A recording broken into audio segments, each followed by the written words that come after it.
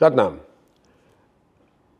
after my video on doctors, Ayurveda, health, and arthritis, I had thousands and thousands of questions on various platforms asking me for the cure for arthritis and eczema. Now, as you very well know, I'm not a doctor. I have healed myself with the science of naturopathy and Ayurveda. And instead of me directly answering your questions, I thought, why would I not invite an expert in the field? An expert to the level that she's written her own book on the topic, which is a bestseller. And I'm really happy and proud to introduce to you Dimple Jangda. And I've been a great admirer of hers for a very long time. She has really helped me a lot in getting into a deeper understanding of Ayurveda and naturopathy, and the combination is fantastic. It actually blends into each other beautifully. And like I said, at the age of 36, I was diagnosed with arthritis, which I was told by the #1 orthopedic surgeon in India is not curable. He told me that I could not play badminton, which I loved. He said, now you can't play badminton. He said, you can't run because it's really not good for you. And he said, you have to be really slow and everything. And you know what my reaction was? I started laughing. Because I've been a fighter my whole life. Yeah. The childhood I've had, the kind of life I have lived, I've fought. Yeah. And I've achieved whatever I wanted to achieve with that spirit. Yeah. That you cannot conquer my spirit, you cannot crush me. So I looked at him and I started laughing and I said, I'll cure it and I'll show you. He said, how? I said, I don't know, but I'll find it. I'll find a And solution. sure enough, I got lucky. I found multiple doctors who advised me on various things. I understood the connection between Vata and arthritis, and I altered my diet because you see, the problem is, and this is very funny, that because I was so health conscious, my friends would be eating pizza and burgers and I would be having salad. I didn't know that my prakriti was Vata. Yeah. And it was aggravating it. Yeah. And then when I would go to a shooting, like let's say if I was shooting in Juhu, my friends in Juhu, like even like Shatrughan Sinha's wife, Anju Mahindru, all of these friends would say, oh, you're shooting in Juhu, I'm sending you Rajma. They knew I loved Rajma, and Rajma was my favorite food, and it was aggravating my Vata even more. Yeah. Beans and pulses. Yeah. So the thing is, without that knowledge, I was trying to do the right thing, but I was making it worse. But once I got to know Ayurveda, I knew how bad salads can be if you don't eat it correctly. Exactly. So there's a time to eat salad, which you will help us with. Yeah. There's a time to eat salad. There's a way to eat salads if you want to. Otherwise, you cook those salads and you have grilled vegetables and all of that. So once I got that information, once I got that knowledge, combining that with a host of other things that we did, which again you will enlighten us with. I cured my arthritis. Today I play tennis for 2 hours. Before that, I have done my yoga at 4:30 in the morning. So it's just perfect. And why should this system, why should this knowledge be hidden, from people who really want to cure themselves? It's really out there. If they think that the only option they have is allopathy, and I'm nothing against allopathy. Today if I'm in a car accident and my hand is cut off, I'm not going to put some banana leaf on it. Absolutely. I'm going to go to a doctor. The doctors are lifesavers. We need doctors, and allopathy is fantastic to what it does. But then there are certain things which allopathy says, oh, we can't cure it. Then if you can't cure it, then don't give me 300 tablets to have just to keep it under control. With those side effects. You're not treating the disease. Yeah, you're saying I'm not treating the disease, but take this pill. It doesn't work for me. It's like spraying perfume on garbage, right? You think it's going to clear Spraying the garbage. perfume on garbage, that's fantastic. That's exactly what you're doing with these medicines. And again, like we said, we respect allopathy doctors, the good doctors, because there's a place for them for acute conditions like a heart attack or a fracture, car accident. At that point in time, you can't run to an Ayurvedic doctor or a naturopathy or a yoga teacher and ask him to cure you, right? Then you need an acute treatment, which requires invasive treatments like cutting and breaking and stitching and removing, damaged tissues and muscles, and then fixing that body. And after you're done with that acute treatment, you need to go on a lifestyle change to heal your body. That's what is causing this huge rift and gap between Western medicine and Eastern sciences. Western medicine is great for acute conditions. Eastern sciences like yoga, Ayurveda, naturopathy is great for chronic lifestyle diseases. 90% of the diseases are lifestyle diseases. Diabetes, arthritis, cholesterol, your even cardiac health issues, fatty liver, psoriasis, eczema, rosacea, urticaria, thyroid. They're all called autoimmune disorders. But they're actually triggered due to a poor lifestyle, stress, and accelerating your aging process because of accumulation of undigested foods, metabolic waste, ama, and toxins in your body. And what is arthritis? Arthritis is inflammation between your joints caused due to the accumulation of ama, which is known as toxins or poison in Ayurveda, between your joints. Where did the toxins and poison come from? It didn't come from the air. It didn't come from communicable diseases through touch or, having the same water. It has come from the food you've eaten. Yeah. And that undigested food has accumulated in the form of toxins and poisons between your joints, causing ama. And now your body is trying to fight the toxins there. There's a battle going on between your joints, between your immune system and the toxins and the bad cells. And in that battle, what happens? Everything around gets destroyed. Yeah. And that's inflammation. I know. So I think what we should do is we should make a list of what people should do. Yeah. Very specifically, we'll actually even write it down at the end of this podcast. That I think number one, I will give you the ones that I'm really sure of, and then I'll hand it over to you. The number one is the correct lifestyle. Absolutely. Now, if you are waking up at 10 o'clock in the morning, you are having a breakfast at 11:30, then you are having a lunch at 3 o'clock. And there are many people who do that. Yeah. I know some people are watching this say, no, I don't do it. No, but there are many people who do that. Absolutely. Okay. Yeah. And then you're having a dinner at, and along with all this nonsense that you're doing, you're having cold water.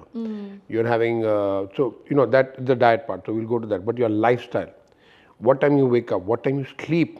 Yeah. Because if you are sleeping on time, the repair work done by the whole science of sleeping itself is healing you 70-75%. If you slept at 10:30 in the night and you woke up at 4:35 in the morning, that itself is so healing. Yeah. It's insane. Yeah. So I would say for me, the number one cure for any problem, and of course arthritis and eczema, which is today's topic, is proper recuperation, like healing, which comes from sleep. That would be number one. Do you agree with that? Absolutely. Fixing your circadian rhythm is the first step Okay. to fixing disease in your body and preserving your health. Number two, and again, it would be what you are eating. Yeah. Was there any other number two for you? It's ahar, Food. which is food. Yeah. But Absolutely. there was the Ayurveda thing, it's called Aharam, Aushadam. What is the word? Do you know? Have you heard So of it? we talk about the three pillars of health: Huh. ahar, nidra, and brahmacharya. Ah. Ahar is food, nidra is sleep, and brahmacharya can be celibacy or even discipline, Discipline. Huh. strength, and exercise. Yeah. So in the food, it's about understanding, first of all, what for me the most important is how you have to take out cold things, like cold water, cold drinks. Anything which is going cold inside is giving a shock to your system. Yeah. It's extinguishing the agni which is there inside, and now you can't digest your food. Now your food is going to become ama. So if you took out cold, and instead of that, like what you did, she entered my this place, and she took out this thermos with hot water and she started having it. Now, it's healing you. It's cleaning your toxins. It's taking out the Yes. toxins. Yes. People just don't get it. No. And I see people with such health issues, and they are having this chilled, with ice in it, and they're having vodka. And I always say one thing: you take the seed of an apple. Yeah. You go to the garden. Now you plant that seed, and now you're praying that a mango will come out. Absolutely not going to come, right? How is it going to happen? Yeah. Now you're having Coca-Cola, you're having vodka, you're having chilled stuff. And the worst thing is you're having it with your food, Yeah. which is an absolute disaster.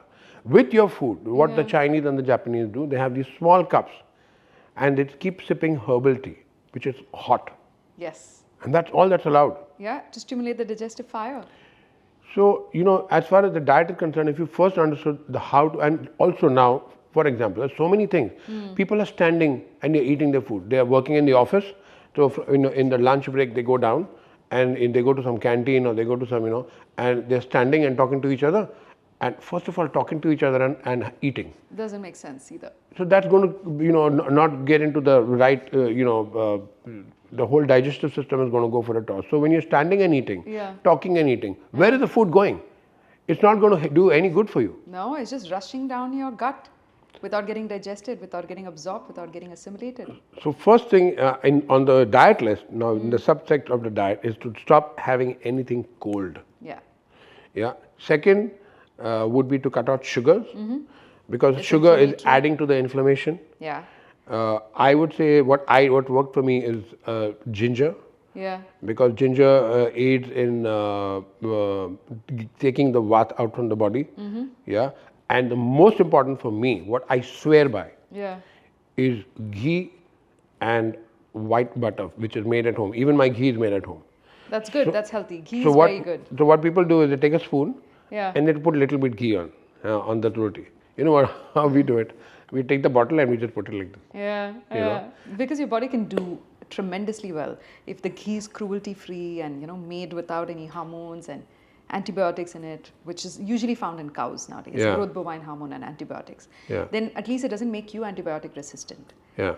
We've all become resistant to antibiotics because of the food we're eating. That is fed with antibiotics as well. What else would you tell people who are watching this about food? What should they be careful of? What they must eat? Yeah. See, when it comes to food, the first thing you need to understand is your body has a natural digestive fire called Jatranagni. Okay? Jatharagni. Jatharagni, right? So the two ways of pronouncing it, like south and north has a different way of it, right? Now, the Agni in your stomach is called your digestive fire, which helps you digest food, absorb and assimilate the nutrients, and remove the toxins that are not supposed to stay in your body, move it towards the large intestine and colon so that you can eliminate it within 24 hours. Okay? Now, a yogi will eliminate toxins 3 times a day. If he eats 3 times, he eliminates toxins 3 times, because that's how quickly his body collects all the toxins and says, okay, out. Wow. Right? But yogis eat only 1 meal a day. They're completely satiated and satisfied with that 1 meal. They get all the nutrients, minerals from that 1 meal. People who eat many meals a day, you're actually creating undigested waste in your system, which turns into ama, which is called toxins or poison in Ayurveda. The first thing you need to understand when it comes to arthritis is the word ama. Ama is everything. So where are the toxins and poison coming from? Unhealthy eating habits, wrong time of eating, wrong combinations of food, improper cooking methods, improper use of utensils. All of these contributes to undigested waste in your system, the food not getting digested. So now we done with lifestyle, sleep. Yeah. Okay. Number 1, diet, Yeah. ahar, Yeah.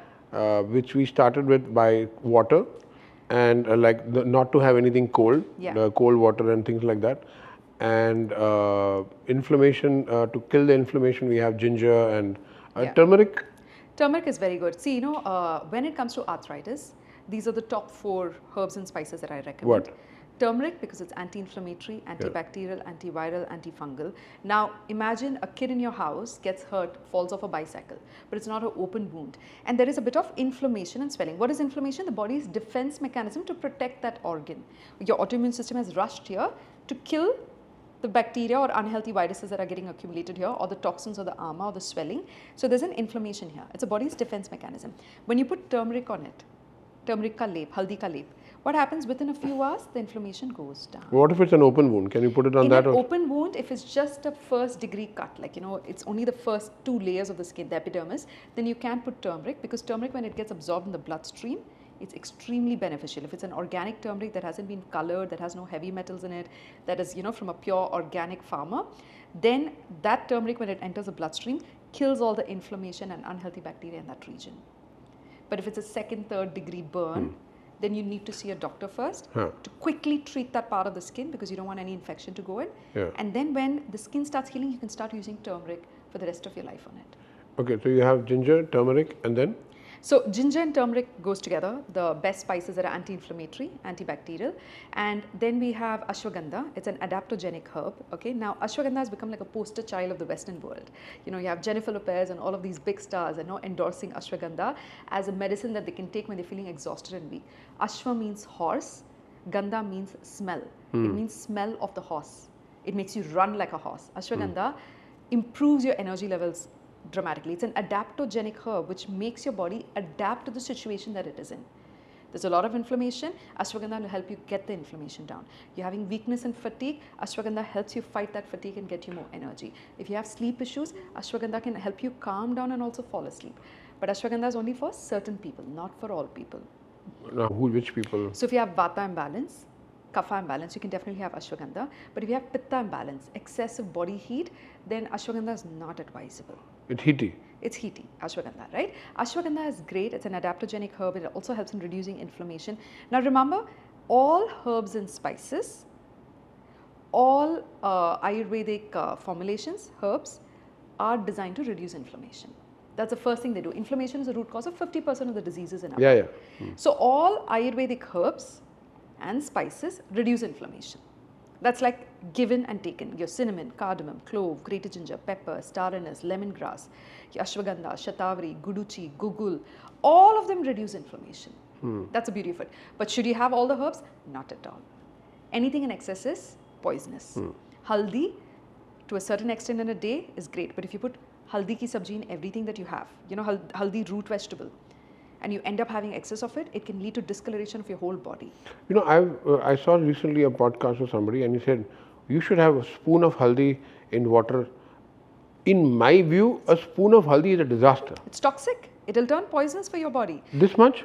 Haldi should always be in moderation. You know, when you're cooking your vegetables, your dal, put a pinch of haldi in it.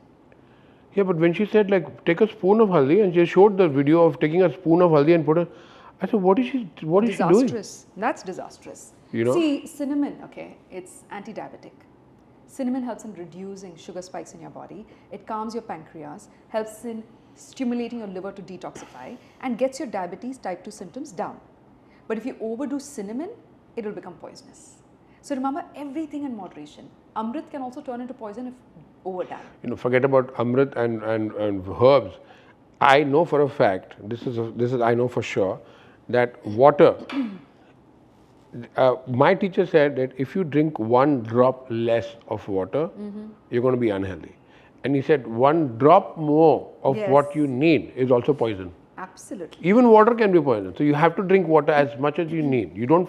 I saw this girl in Venice once, and she had this big bottle, you know, and I said, you're a traveler.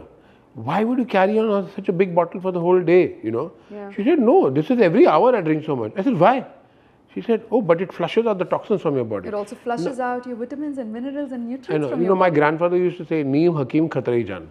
You know, that means like the half doctor is the most dangerous doctor in the world. You know, so but what do you do? So, I mean, of course, herbs and spices have to be used judiciously. I do a fast of, I want to ask you how good it is for arthritis specifically. So what I do once in 6 months is I take on day one leaf of the neem plant and I chew it, empty stomach.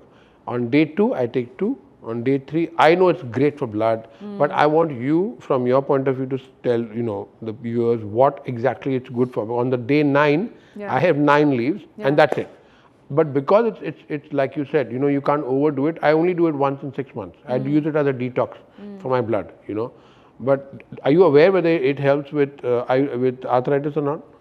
Okay, now arthritis is a vata imbalance. Yeah. Arthritis does well with foods that are naturally sweet in nature, like rice and wheat and kapli atta, millets. Okay, these are naturally sweet, and fruits. It also does well with sour foods, okay, like lemon, tomato, tamarind, in moderation, not in excess, because it helps in cleansing the body. In excess, it aggravates the pain. Okay, in moderation. And salty foods, because it helps in moisturizing the gut and the intestines and the colon and the organs from inside, allowing water to stay in your body. Vata is a dehydrated body.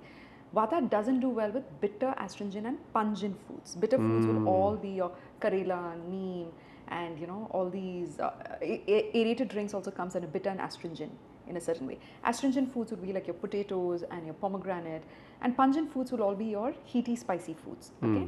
Now, neem, powerful antioxidant benefits. It reduces oxidative stress in your body. It fights the free radicals. Free radicals are all the poisonous elements that are just, you know, floating around freely in your body. Neem brings all of it down. Neem was given during summer holidays to us as children. You know, we were given neem ki goli.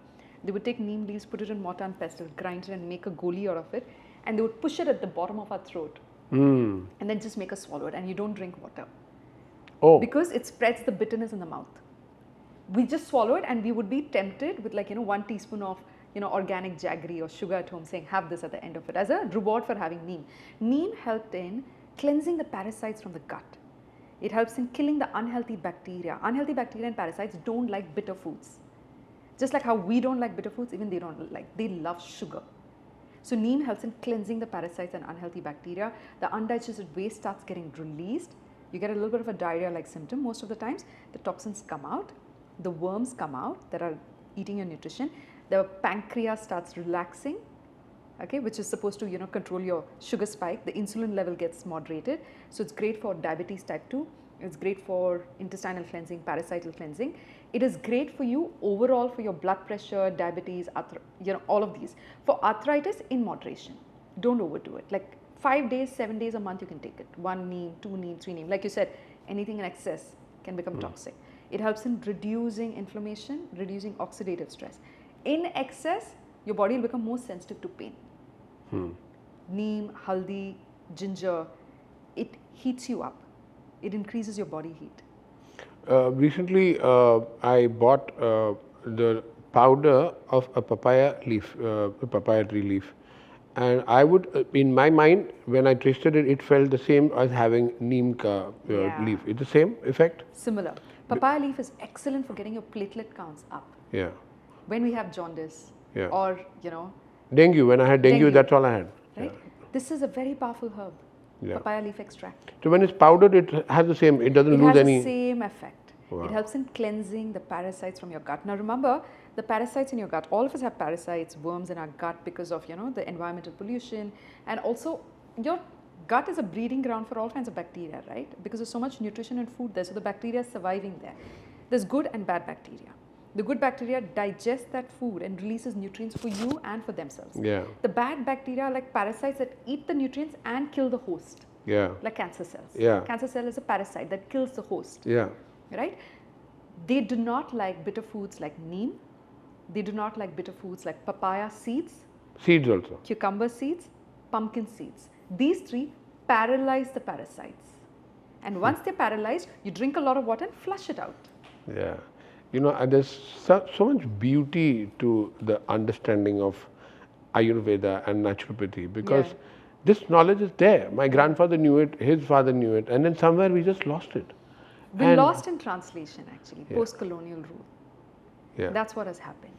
Yeah, though I always talk about like how the British came and they bought these forks and knives and people don't eat with their hands, and there's so much healing in the hand. Yeah. I would say even for arthritis, if you just stopped eating fork, spoons and eating like that and just use your hand, there's so much nourishment which comes out of the energy centers, the air, space, the water, fire, all of these you're nourishing it. In the south of India, they put it on the palm, they put the rice here and they eat it from here because here the concentration of energy is even more. Yeah, very powerful. And even drink water like this. I've seen people drink water like this because this is energizing it. And with these foreigners come from Europe and they look at us eating with their fingers and say, uncivilized people. Oh my God, squatting squatting and for morning ablutions, for the toilet instead of these Western toilets. I mean, my healing center, only Indian style toilet. Don't come if you don't want to. Yeah. Because that's the way it is. That's the way it's supposed to be.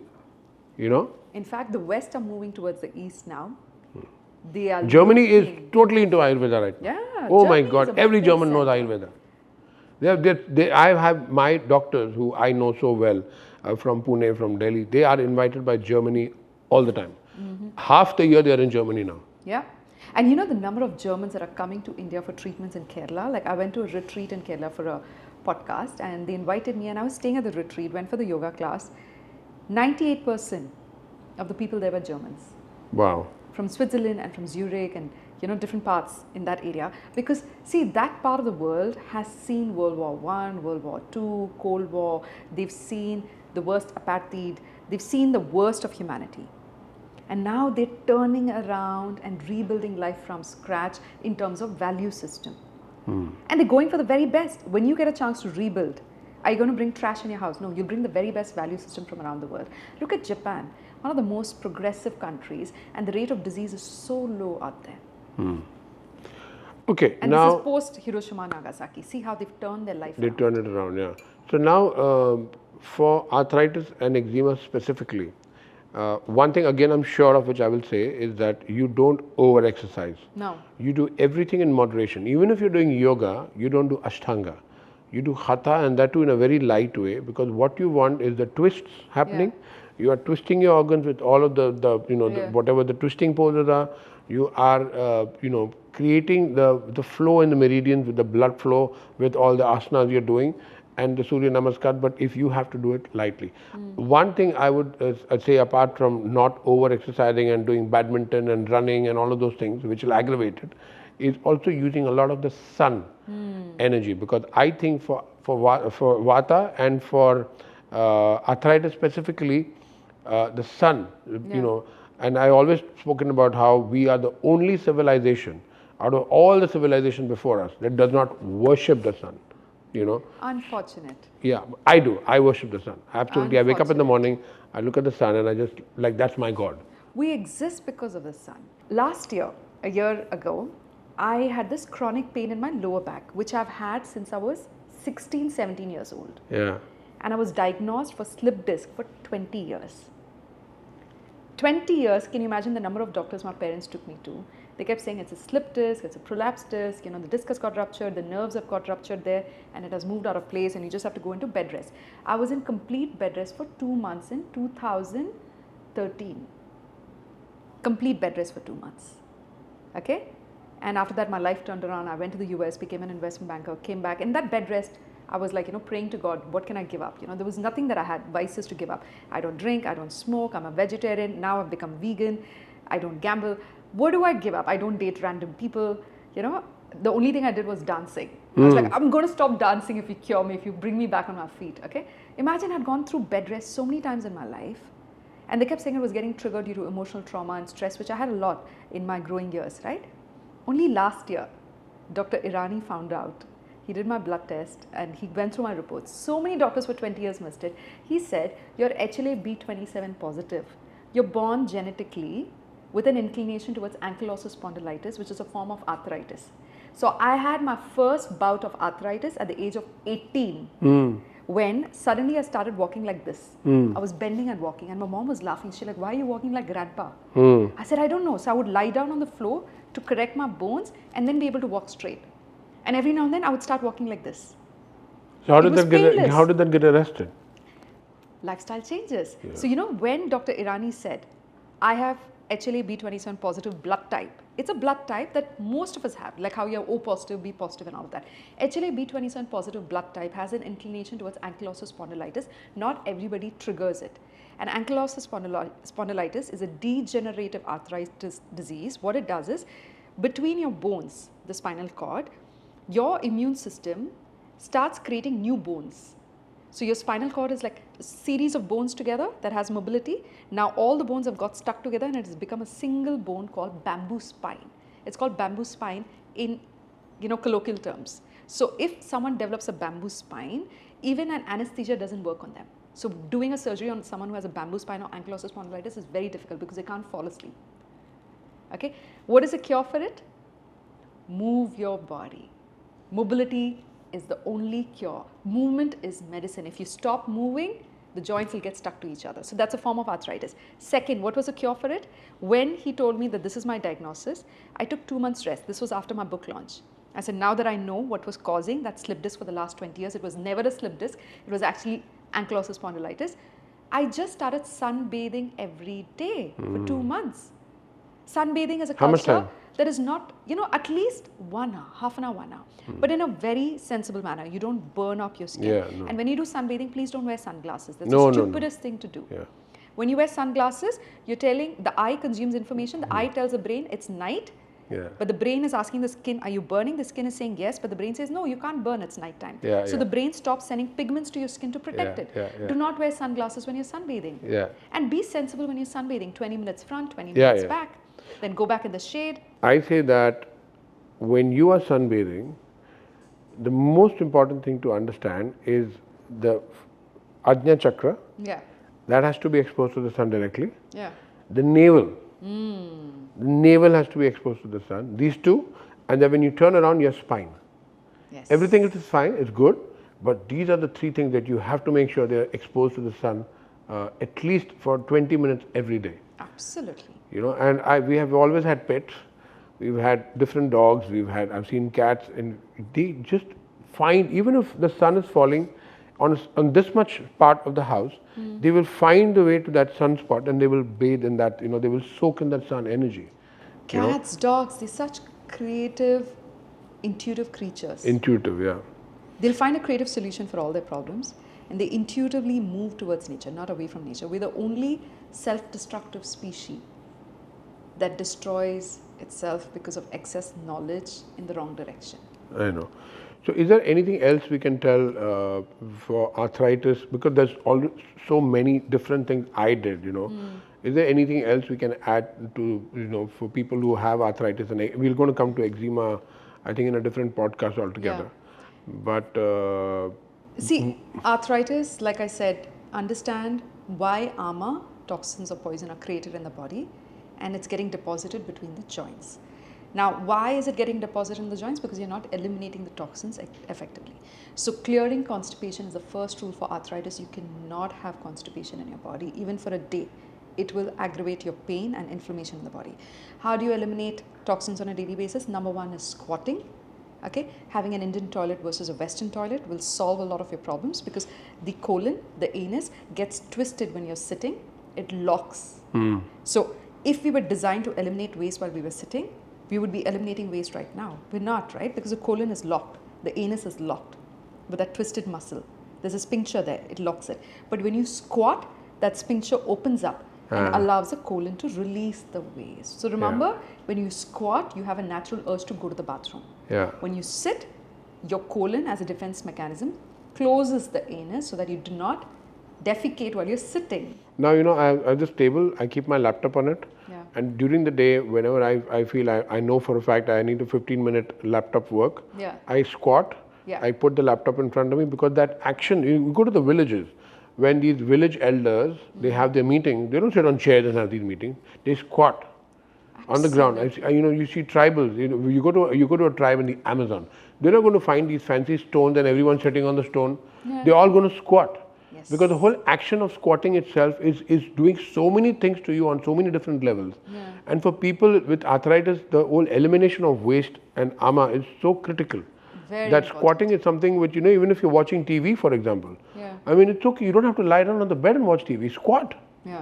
And remember another thing, you know, the reason why you're not eliminating toxins on a daily basis effectively is also because your gut has not digested the food. Okay, why has the gut not digested the food?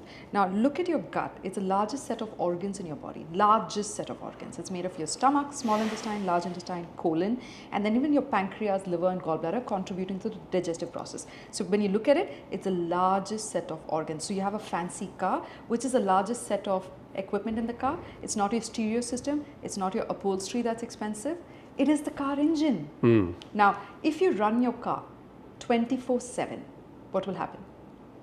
The car will break down. If you have donkeys, cows and bulls on your farm and you make them work 24 hours per day, what will happen? They'll collapse and die. You're making your gut work 24 hours a day by constantly feeding, nourishing itself, nourishing yourself with like unnecessary amount of foods. What is going to happen? The gut is going to break down. You have to respect this largest set of organs, this machine that is keeping you alive, that is feeding nutrients to your heart, brain, liver, kidney, and all the critical organs that keeps you alive. You need to give it 16 hours of rest per day. 8-hour shift is enough for the gut. So 8 hours means you eat between sunrise and sunset. That's circadian rhythm. Rise with the sun, set with the sun, start your day with a small breakfast, which can be just fruits, vegetable juice and nuts. You don't need grains, you don't need pulses, you don't need millets. Only if I'm very hungry, I did a workout, I will have a bowl of millet porridge for breakfast, and then there's going to be no lunch. I'll go straight to dinner. 2 meals is enough. If you have to have 3 meals, 3 meals. But remember, when there is food already sitting in your stomach and your intestines, they're getting digested, absorbed and assimilated. Your stomach acids, the stomach, you know, the bile from the liver and your intestines and pancreas, they're all working hard to digest that food. In that, you suddenly put fresh food. What will happen? It'll lead to AMA, poison, toxins. You have cooked food. Will you mix raw food on top of that cooked food and eat it? No.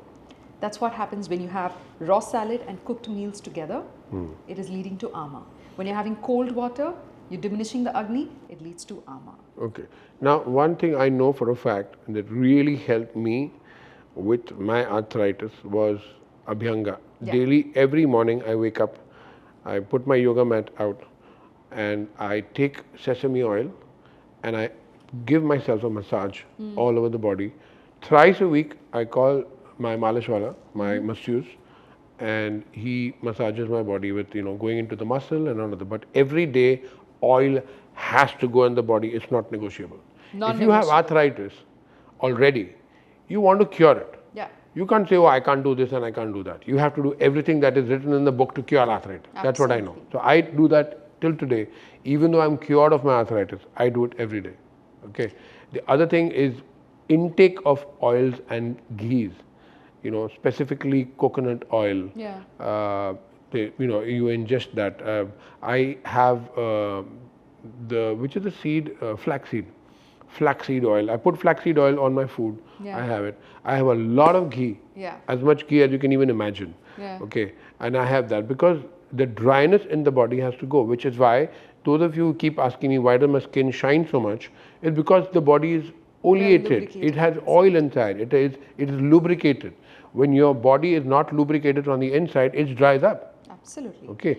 And the one thing, if you are smoking, don't even waste your time watching this podcast. Right or no? You're just drying up and burning your system from inside, and then you're wondering why you're sick and why you're because diseased. if you're smoking, whatever we spoke about for the last 1 hour is not going to help you. Yeah. In fact, smoking is lighting a campfire inside your body and burning up your organs and drying it up. Alcohol is dehydrating. It dries up your intestines. It's basically poison in a bottle.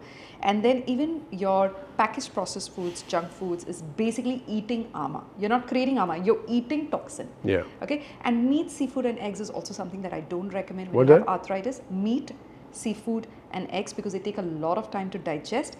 Harvard has proven it that we don't need meat and seafood, we don't even need eggs. It takes 48 hours to 72 hours for our body to break down those complex tissues, muscles and nerves of that particular animal, right? That undigested meat, seafood lying in your gut for 72 hours is also going to lead to ama, toxins, poison being accumulated in the body. The body has to store this toxin, poison somewhere so that it doesn't enter the heart, doesn't enter the brain. So what does it do? Oh, it's found a little gap between your joints. Let's store the poison here till we figure out what to do with it. Let's store the poison here. Let's make it into a kidney stone, a gallbladder stone. Let's turn it into a fatty liver for some time. Let's let the liver hold all the waste, toxins and poison. Yeah. Your organs are becoming sluggish and weak. Okay, so now I'm going to sum this up with something which is going to be controversial. Okay. We need to do that. We need to hit the nail on the coffin. I'm going to close this. Hit the nail on the head right now. All of that, what we discussed now, and what I'm about to say, what really actually, apart from this knowledge that I accumulated over the years, helped me with my arthritis, is urine therapy. I have been drinking my urine first thing in the morning from the past 14 years. Right.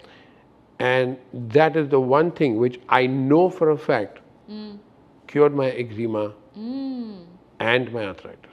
And I know many, many people. I can tell you so many stories of my students. Yeah. I was at this Ayurveda clinic once and I saw this guy. He lived in Kaffarin. He was like this on the bed. He was lying down like this for 3 years. And he couldn't even get up. Like he could barely get up to have some medicines and then he would go back. I mean, his body was inflamed. It was on fire. Yeah. It was the highest grade of arthritis you can imagine. So when I spoke to him, I told him that, urine therapy. He said, no, that's disgusting. I can't do that. Yeah. I said, don't do it. I said, but just research on it, And he called me up after 2 months, because all the things that he did in that Ayurveda hospital didn't work for him. He was still on the bed only. He said, I'm desperate. What should I do? I said, stop your medication. He said, if I stop my medication, I will die. I said, you have a 65-year-old and 70-year-old, mother and father looking after you. Your wife is looking after you all the time. So sad. You're a burden on society. Yeah. If you died, it would not be such a bad thing, Yeah. Are you really happy in this life and you really want to continue living like this for the rest of your life?